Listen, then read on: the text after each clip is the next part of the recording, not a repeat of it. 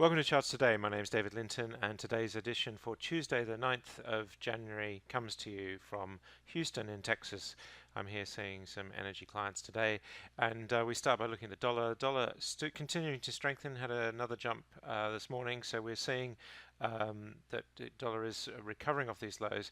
Key thing is, can we take out these highs that we saw back in October, November time? If we do that, then the dollar looks like it's set to recover. So although we're still bearish medium and long term, we are starting to see the short-term trend dominate. The euro is falling against the dollar, having hit resistance at about 120. That seems to be the level which the euro is struggling at. So it'd be interesting to see again whether we fall through the lows that we saw in October. The Japanese yen we're seeing strengthen actually against the dollar, so dollar is a little bit weaker here, stronger yen, and against sterling we're seeing the pound falling against the dollar. So interestingly, we're just hitting this sort of resistance at around 135. Looking at against the euro, sterling is looking stronger, but still short-term weakness showing there. And against the Swiss franc, we're seeing stronger sterling as well. Australian dollar, we're seeing strengthening at the moment, and we're seeing here on the Bitcoin price that we are just falling back, coming back towards this support level of around 13,000. Key thing here is, will we make a lower low? So it'll be interesting to see how Bitcoin closes this week. Looking at the S&P 500, bullish, but as I mentioned yesterday, just the shortage of long-term upside targets is a little bit of a concern. And if we look at the Nasdaq, also we're just not seeing any medium to long-term upside targets. In fact, targets to the upside completely. So it is just a little bit worrying that we've exhausted this move, but we don't seem to have anywhere to aim for. So just a little bit cautious there. In fact, I rotated out of some of my tech stocks yesterday as well. Looking at the Dow, looking strong here, and the Russell 2000 is one market where we're seeing the one index in the US where we are seeing some upside potential. So this is a little bit encouraging that we are seeing that there, both on all three charts. So the Russell index is probably the best looking at the moment for a broad based rise in stocks.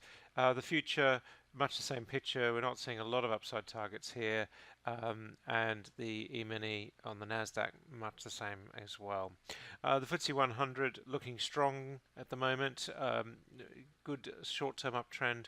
We've got upside targets of 2 and 5% and 6 and 17% on the long-term chart. So quite a bit to play for, a shortage of short-term targets. And the FTSE 250, again, a picture of not many targets. So this is actually something that we're just seeing more and more in the market. The DAX looking strong, hitting new highs, and here we do have a very strong upside target of almost 50%, but can the DAX do that if the US is not?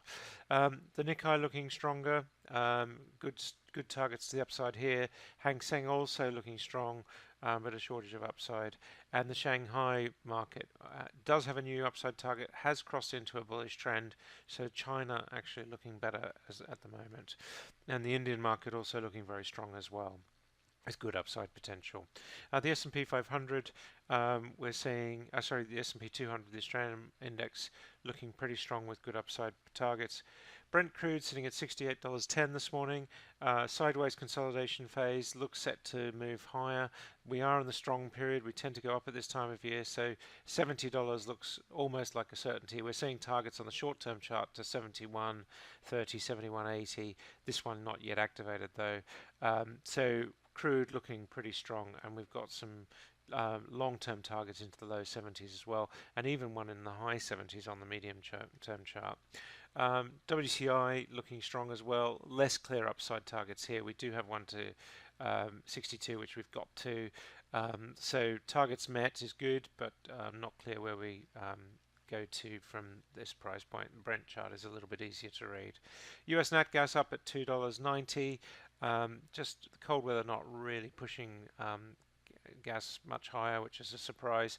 So fairly subdued in the circumstances.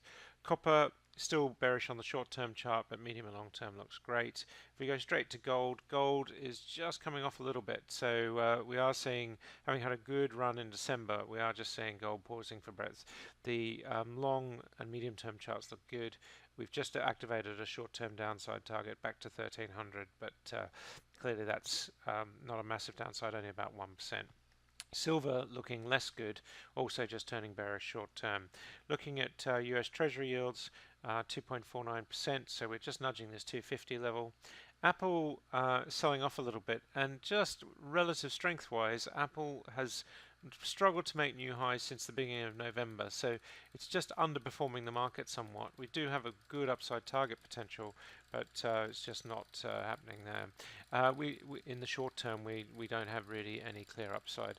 Google looking strong, Amazon also looking pretty strong, Facebook looking strong with lots of upside targets, the run up to earnings at the end of this month, and Microsoft continuing its uptrend as well.